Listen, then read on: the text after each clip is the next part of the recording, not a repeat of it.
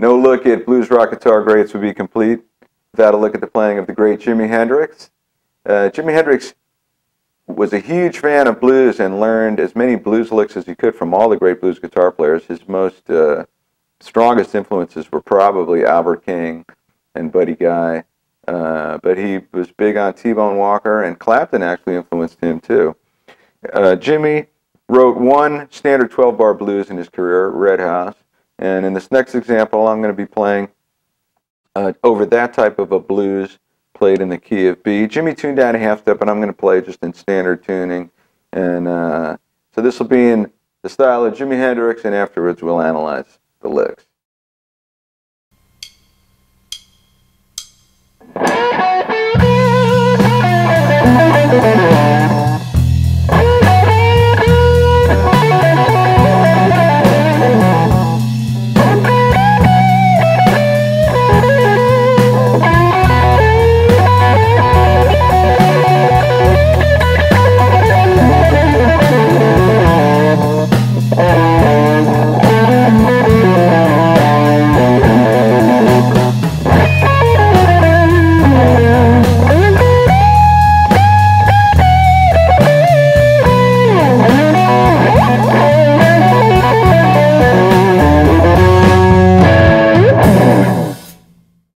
Okay, the majority of this solo that's played in the style of Jimi Hendrix on Red House, is based on B minor pentatonic,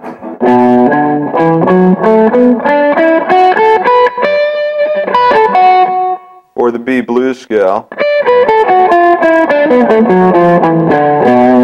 Remember that the blues scale brings that flat 5 back in, so in the key of B that would be a F note.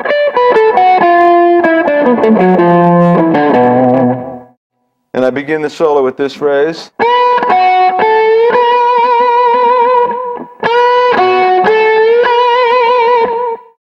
Then I brought in this classic Hendrix technique of where you bend one string and catch another string under it. So in this case, I'm bending the B string at the 10th fret up a whole step, and I catch the G string under the end of the fingertip.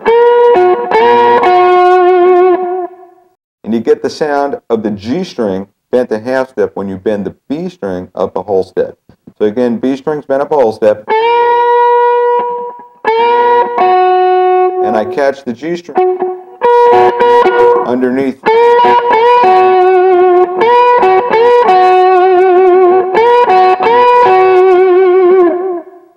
The same fingertip.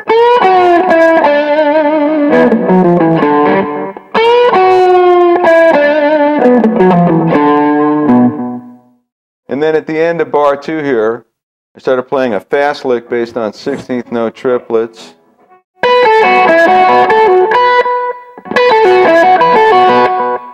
And it's a cyclical sounding lick because you get the, combined with the, but instead of just playing it straight like over and over again, I like to mix it up a little more so it's a more interesting sounding improvised melody.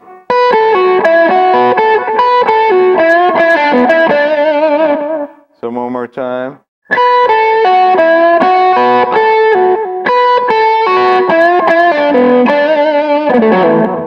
End with a fast pull off 9th fret to 7th on the D and the A string.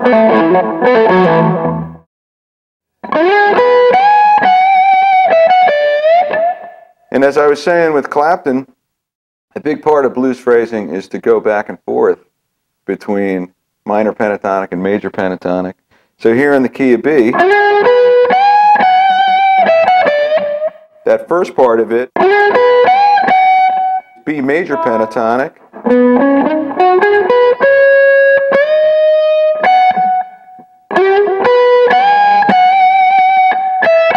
but then here, going back to minor pentatonic. So you get the balance between the two, and they work really well together.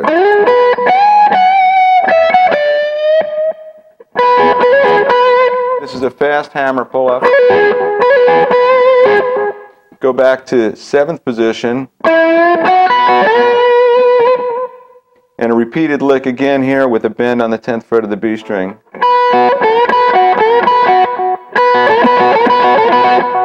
That's the kind of lick you could just work on.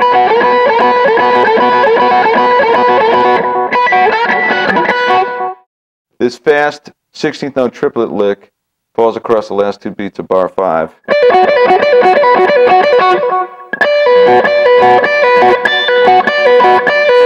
So it's 1 2 3 1 2 3 1 2 3 1 2 3 1 2 3 1 2 3, falling in the space of 1 2 3 1 2 3 1 2 3 1 2 3 1 2 3 1 2 3 1 2 3 1 2 3. And moving into bar 6.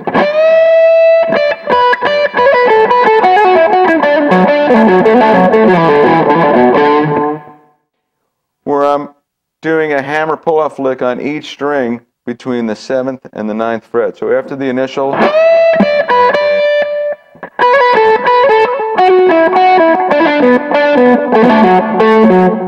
then here. So I just mixed it up a little at the end of the lick to make it sound more interesting. Now in bar 7, back on the 1 chord, back on B.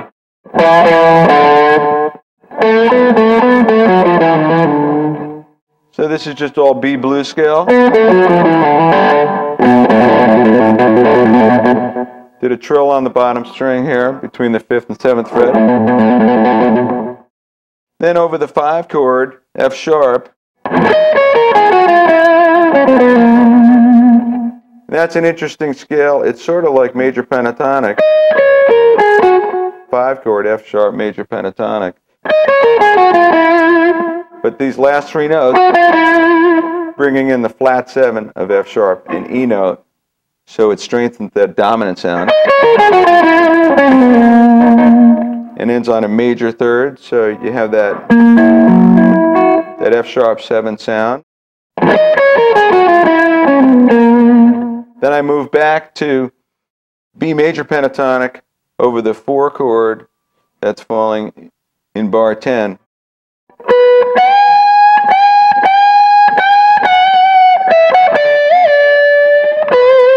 And at the end there, I brought in a 2-step bend a la Albert King.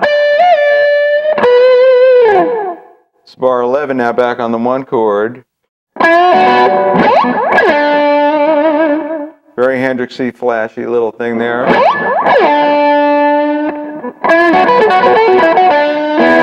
Again, repeating that pull-off lick on the top strings just to get a rolling effect and make the melodic shape more interesting and more unpredictable.